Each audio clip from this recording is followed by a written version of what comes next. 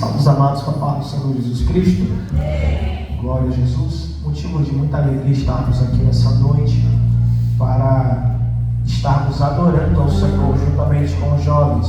Bem, temos aprendido há um tempo que é culto, né? Então hoje nós entendemos que nós não viemos aqui assistir o culto jovem.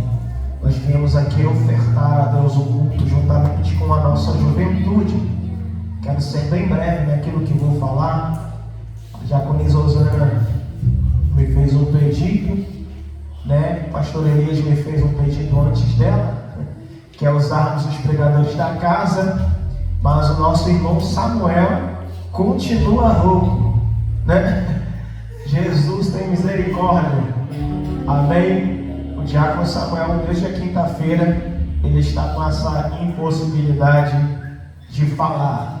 Mas aprove o Senhor estarmos aqui. A diaconisa Osana pediu para trazermos a palavra, e assim faremos bem rápido e objetivo. Um texto bem conhecido, livro do profeta Samuel, primeiro livro do profeta Samuel, seu capítulo de número 3, enquanto você localiza.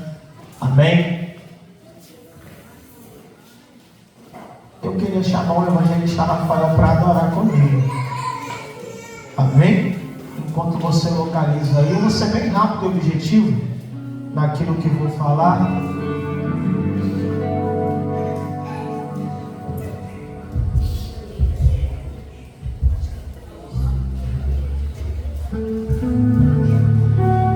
Amém, glória a Deus. Aleluia. André, pastor aqui, todos tão lindo és.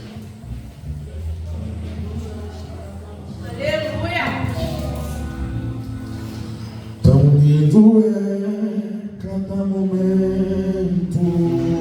Pode só sentar, igreja, fica à vontade. Que me visite e faz de mim o teu altar.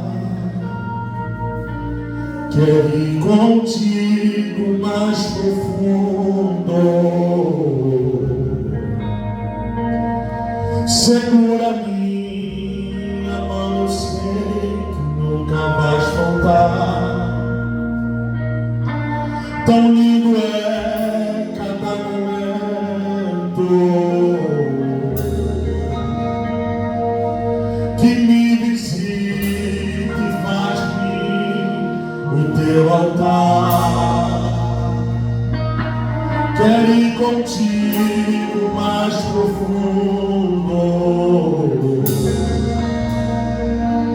Segura-me, amor, eu sei que nunca vai soltar. E leva-me ao lugar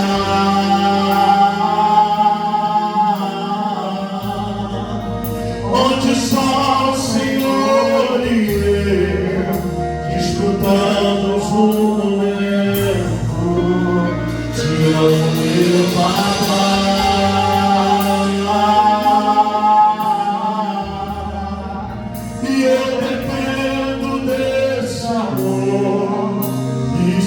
Eu sei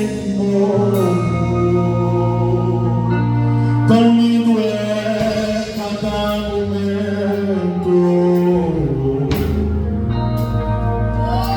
que me visite e faz de mim o teu altar. Quero ir contigo mais profundo.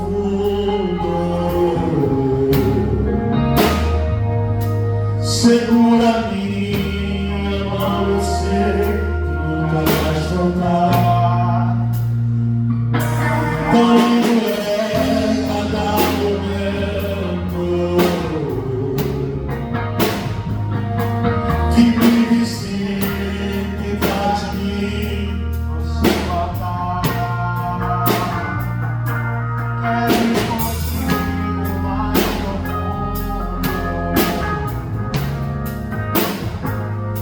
Segura-me, amor, eu sei, nunca vai soltar.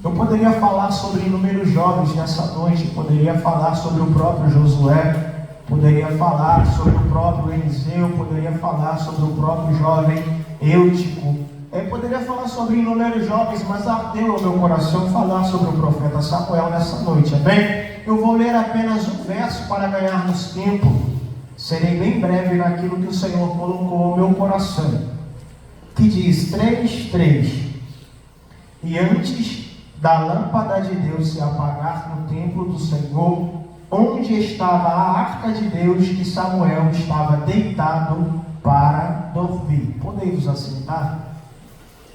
Parabenizar a irmã Tiana pessoalmente, amém? Diaconisa Sebastiana, mais uma primavera, e alegre por estar na presença do Senhor. O melhor lugar para se comemorar o aniversário é na presença do Senhor. Amém? Irmãos, nós estamos diante de um texto cuja a Bíblia Sagrada ela vai narrar a iniciativa do ministério do profeta Samuel. Uma iniciativa em evidência, porque o texto do verso de número 1 vai destacar que o profeta Samuel ele já ministrava diante do Senhor perante Eli. E algo me chamou a atenção nessa noite dentro deste texto. Quando eu estava lendo este texto, eu comecei a transliterar o conteúdo e o contexto dessa história. Porque antes do profeta Samuel ser chamado, ele precisou ser gerado. E antes dele ser gerado, ele precisou ser gerado no coração de uma mãe, para assim ele se tornar um propósito em Deus. E a palavra vai dizer que, mediante a um declínio espiritual, aonde o povo ele se encontrava perdido, porque o sacerdócio ele já estava avançado em idade, e ele já estava tendo a sua visão ofuscada, e os seus filhos eles não tinham um bom testemunho diante da congregação para dar seguimento ao ministério sacerdotal. Então nós estamos falando de um contexto onde existe um problema dentro de uma casa e existe um problema dentro de um templo. Pastor, me explica um pouco melhor. Porque se nós temos o contexto do primeiro capítulo, nós vamos entender que existia um homem na terra de Ramá, cujo nome era Eucana. E esse homem, ele tinha duas mulheres, Ana e Penina. Eu vou repetir. Todas as vezes quando vamos pregar, se não nos policiarmos, vamos sempre colocar Penina em primeira instância. Penina e Ana. Mas o texto diz, presbítero Carlos, Ana e Penina. Porque segundo o costume daquela época, um homem ele estava completamente assegurado debaixo da lei se ele se casasse com uma mulher e essa mulher não lhe desse semente, não desse posteridade à sua genitura, ele poderia se casar com outra mulher que lhe gerasse filhos. Só que essa mulher ela não tinha um direito de esposa, ela tinha um propósito de gerar descendência àquele homem, sabe, irmã Marlene? Então Eucana, ele era um homem que estava vivendo uma poligamia, ou seja, era um homem que ele tinha dentro do seu lar duas mulheres. E muitas das vezes eu já ouvi até pessoas falar sobre isso. Por que Eucana tinha duas mulheres? Por que Jacó teve várias mulheres? Por que Salomão tinha um harém cheio de mulheres? E na minha vez eu não posso ter. Eu acho isso interessante porque pelo contexto bíblico eu nunca vi Deus dizer pode ter duas mulheres. Uma coisa eu aprendo com a palavra de Deus, é que a poligamia ela nunca teve um final feliz dentro do contexto histórico. Só que existem coisas que são vontades de Deus e existem coisas que são permissão de Deus. E quando nós colocamos a carroça nas frentes dos bois, nós vamos pagar um alto preço. E de todas as poligamias que aconteceu no contexto bíblico, não teve nenhuma que não trouxe problema para dentro de uma casa. Ou seja, Deus criou um homem para unir-se à sua mulher e em um só propósito fazer a sua família. Só que agora, mediante a uma lei que estava estabelecida naquela época, esse homem tomou uma outra mulher por esposa.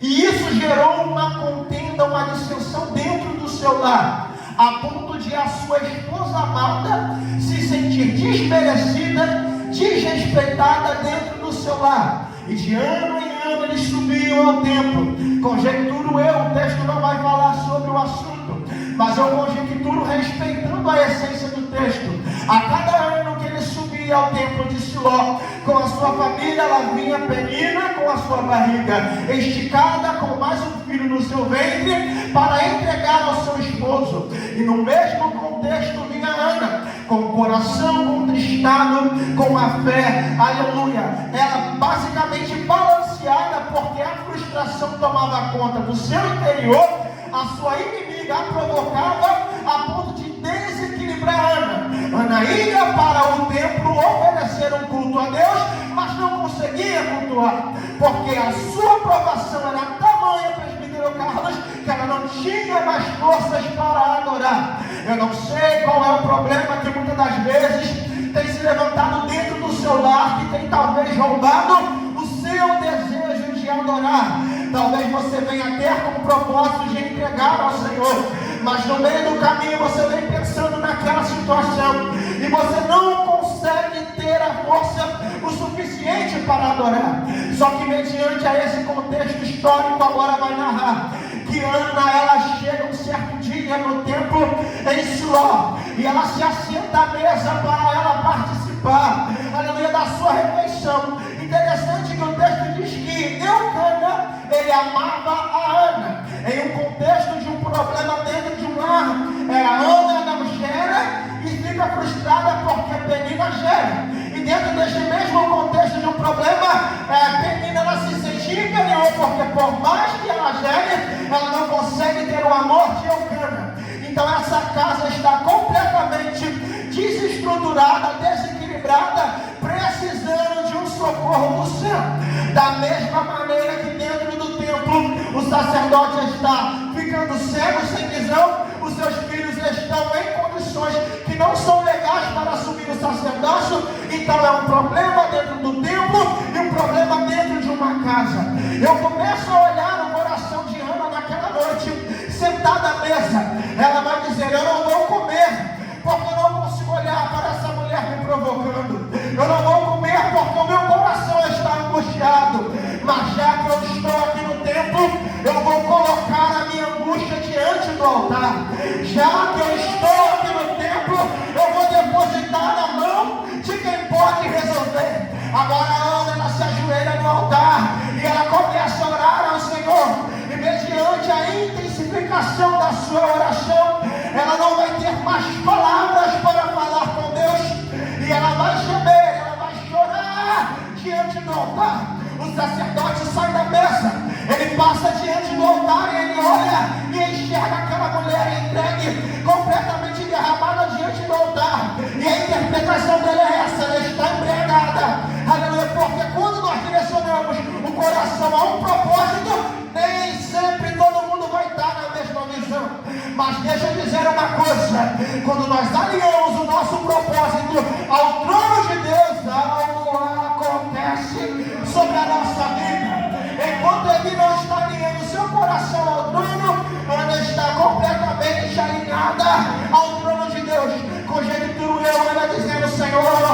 minha casa está desestruturada, a minha casa está passando por mau bocado, a minha vida espiritual está comprometida.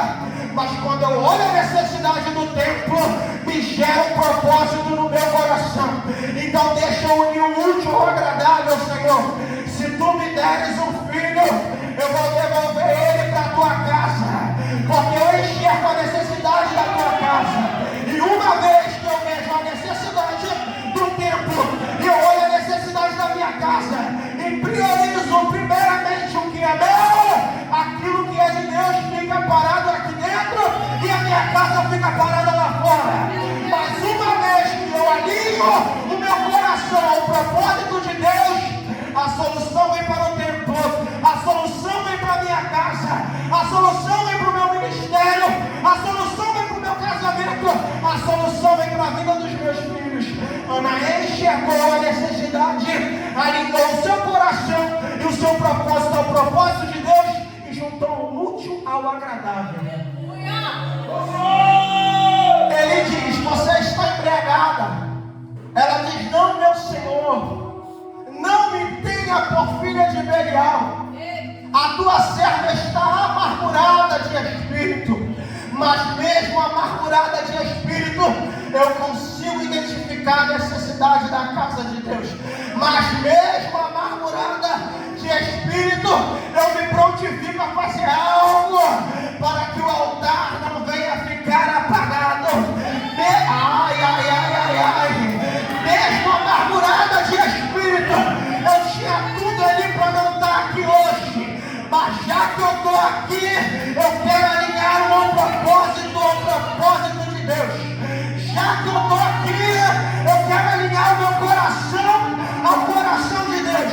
E o coração de Deus está falando para o meu: eu preciso de um profeta, eu preciso de um juiz, eu preciso de um sacerdote. E Ana está dizendo: se o Senhor precisa de 3 coisas, eu só quero uma para te devolver as 3.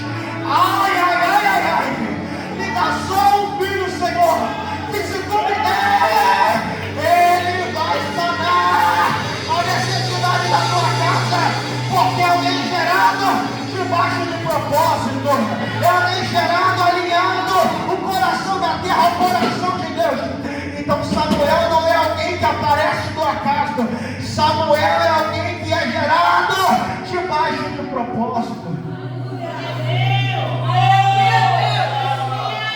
Aí o texto vai dizer: pensa comigo, irmã Marlene, a senhora já está amargurada de espírito, está triste, contristada, e aquele que era para ter a visão dos altos céus para te dar uma palavra de conforto diz que você está embriagada. Só que Ana entende uma coisa. Eu vou falar devagarzinho para você entender. Ana entende que é do altar que sai a palavra que gera bênção na vida dela. Ela vai dizer: por mais que ele está sem visão, eu sei que é dali que vai sair a palavra que vai gerar bênção dentro da minha casa. É dali que vai sair algo que vai gerar um milagre, vai mudar a história da minha vida. Ela vai dizer: não, meu Senhor, eu não estou embriagada. Aleluia. É o meu coração que está entristecido, mas eu não deixo de olhar para o propósito. Aí ele vai dizer: então vai, e que o Deus de Israel está deliberando a palavra, que o Deus de Israel te conceda a tua petição. Talvez você está olhando para o altar de alguém e está dizendo: o altar não está legal, mas talvez alguém que Deus quer levantar para deliberar sobre a tua casa, sobre a tua vida. Jesus da glória. Tem mais alguém aqui que entende essa palavra nessa noite, aleluia. Porque talvez eu olhe até mesmo para o meu altar e eu digo: Senhor, eu não tenho nada. Giovanni olha: eu não tenho nada. André olha para ele e diz: eu não tenho nada. Mas é por intermédio de algo que é deliberado. No altar ali, o trono de Deus, e desce e muda a história de alguém, aleluia. Ao alinhar o seu coração ao propósito de Deus, Ana não mudou a vida de alguém, ela mudou a história de uma nação. Aleluia. Oh, Espírito Santo.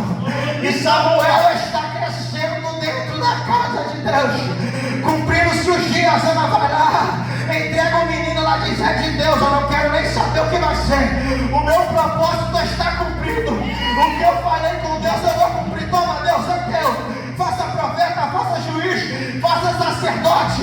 Aleluia. Mas não me desampare. De repente Ana volta e o mesmo altar vai deliberar. Ai, ai, ai, ai, ai. Que Deus te dê outro filho. Que Deus te dê filhas e filhos por intermédio daquilo que tu depositou no altar.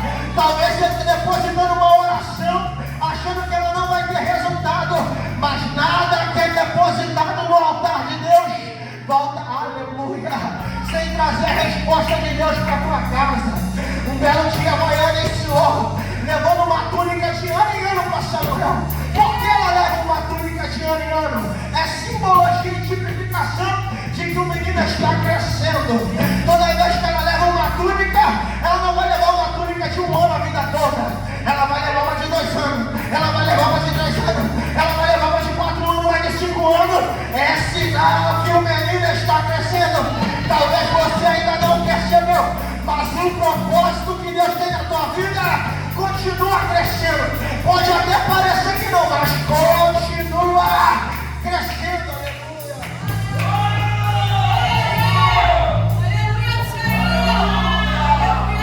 E o menino está crescendo diante de alguém que não tem missão, diante de irmãos que são prostitutos. Ah, Jesus! Mas mesmo crescendo do lado de Ofni e Finéias, e aí Samuel, vamos dar um rolê assim hoje. Vou ter que cuidar do trono de Deus. Vou ter que cuidar das coisas de Deus.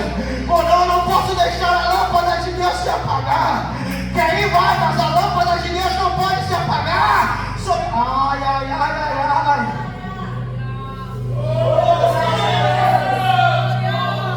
Quer se prostituir? Vai, eu não posso deixar a luz se apagar. Quer abandonar o que era para você estar fazendo? Vai, deixa que eu faço.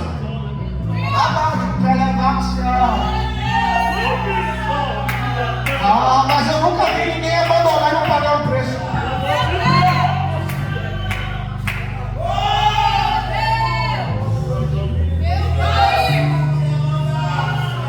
Isso é outra pregação, não é isso que eu quero falar. Aí eles vão. O texto vai dizer que Samuel está diante, aleluia. Ele está diante da arca do Senhor. E o texto diz que antes que a lâmpada de Deus se apagasse, Samuel, Deus vai falar com Samuel.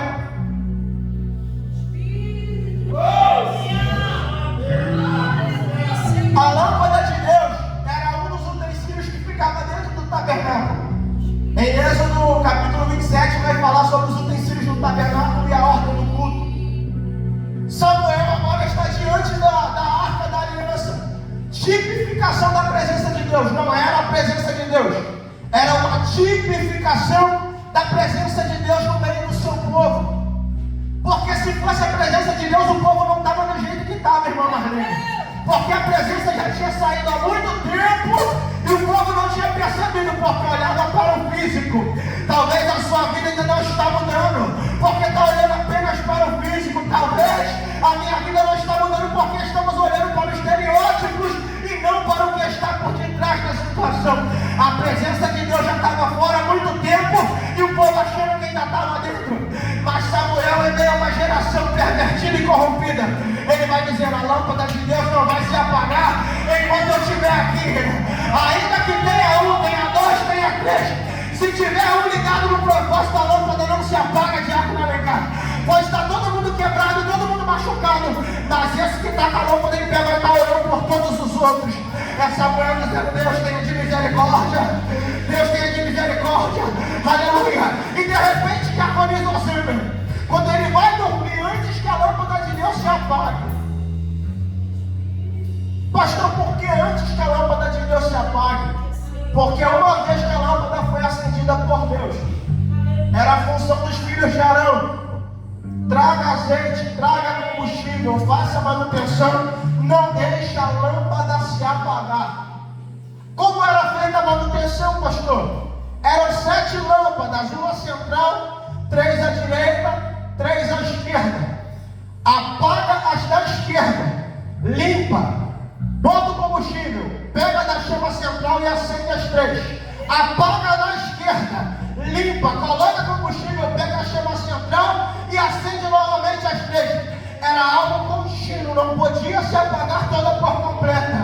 Tinha que fazer manutenção com o mesmo fogo que foi colocado por... Ai, ai, ai, ai, ai. Eu vou repetir isso aqui de novo porque o diabo do Alecrim pegou de pé. Aleluia. Tinha que fazer manutenção sem deixar o fogo de Deus se apagar.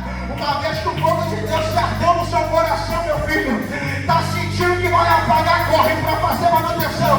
Não deixe o fogo de Deus se apagar sobre a tua vida.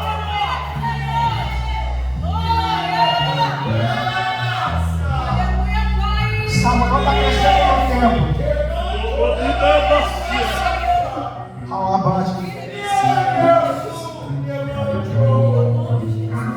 E enquanto Samuel está crescendo neste lugar onde talvez alguém falava com Ana, minha irmã diaconisa Ângela, você está doida a colocar Samuel lá dentro?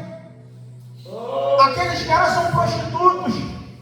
Aquele sacerdote está sem visão. Você vai entregar o seu filho para aquele lugar? Só que quando alguém é gerado debaixo do propósito, não é o ambiente que muda a pessoa. É a pessoa que nasceu debaixo do propósito que vai mudar o ambiente. Eu vou repetir para você pegar. Não é o ambiente que vai mudar quem foi gerado debaixo do propósito. É quem foi gerado debaixo do propósito que tem a autoridade de Deus para mudar o ambiente.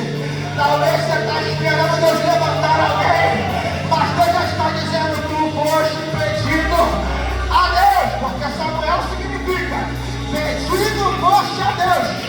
Talvez é você, Samuel, que Deus quer usar para mudar o ambiente. Talvez você está olhando para a direita, para a esquerda. Vai usar Giovanni, vai usar Ricardo, vai usar Rafael, e ele está dizendo: eu quero usar você.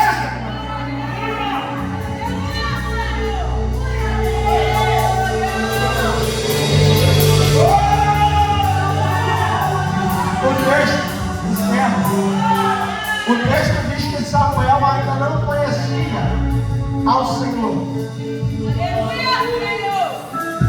Esse não conhecia fala de um termo de intimidade. Por mais que Samuel tinha propósito, ele ainda não tinha uma conexão direta com o pai. Nunca ouviu o pai falar, nunca ouviu o pai mostrar nada, mas continua fazendo. Ele ainda não conheceu o Senhor. Está dentro do templo. E ainda não conhecia. Mas mesmo sem conhecer a voz de Deus, uma vez que Samuel escuta, ele diz: eis-me aqui. O maior problema hoje é que nós muitas das vezes conhecemos a voz de Deus, ouvimos a voz de Deus, e quando Ele chama, coloca outro, fala com outro, levanta outro. E o que Deus está dizendo: eu quero ouvir, eis-me aqui. Aleluia. O livro do profeta Isaías vai dizer que certa feita Deus vai falar: quem enviaremos? Quem há de ir por nós? E o profeta se levanta e diz: eis-me aqui, envia-me a mim. Então o diácono Alecrim, o que o céu tem esperado da minha vida e da tua prontificação, é Deus falando: Alecrim, eis-me aqui. É Deus falando: Rúdia, eis-me aqui. É Deus falando: Giovanni, eis-me aqui. Rafael, eis-me aqui. Músicos, eis-me aqui. E Deus mudará a situação, Deus mudará o quadro. Deixa eu falar uma coisa para a minha vida e para a tua vida esta noite, aleluia. A menorá, ela era toda feita de ouro, não podia ter emenda. Então eu conjecturo que era algo maciço e muito pesado. Mas o seu valor não estava no ouro, o seu valor estava na lamparina que acendia. Deixa eu repetir isso aqui para a tua vida. O valor não estava no talento, o valor estava na chama que não se apagava. Deixa eu ver se tem chama acesa embaixo aí. Deixa eu ver se tem chama acesa embaixo aí. Deixa eu ver se tem chama acesa no altar. Deixa eu ver se tem chama acesa dos músicos. Aleluia, só você que recebe essa palavra de Deus, se coloca de pé. Eu quero ver se tem chama acesa na vida dos nossos jovens, aleluia.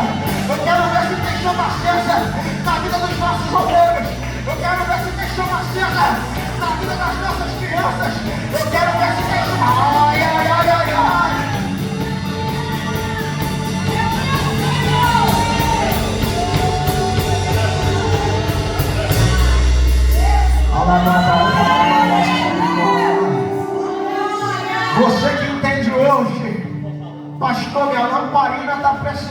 manutenção. Pastor, ainda está acesa, mas está quase apagando. Pastor, ainda tem um pouquinho de combustível, mas não sei nem se vai dar para voltar no próximo culto. Eu te convido a vir aqui à frente. Eu quero orar pela tua vida. Perguntei pra Deus, porque ainda não aconteceu. Você quer, mas? Já pegou mais? Ajuda aqui. Já tá legal. Desanimado, o tempo de espera tem me preocupado. Me ajuda aqui também. Só tem esses dois valentes aqui, dois mas tamanhos. nada vai roubar a minha adoração,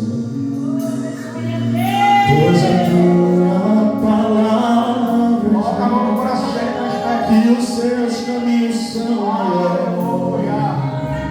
a chama da lamparina, ela passava de uma para outra. Você crê, maiores que os teus. ai, ai, ai, ai. E os seus caminhos são maiores e Já vi? maiores. O propósito de Deus nunca foi mudado na tua vida e tu sabe disso. Por mais que você tenta correr do seu trabalho. Quantas vezes eu perguntei a Deus, porque ainda não aconteceu. Já pode cantar aí?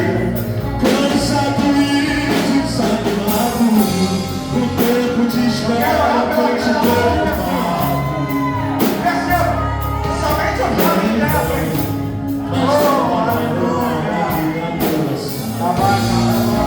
Deus, a tua palavra diz que os seus caminhos são maiores, maiores, maiores.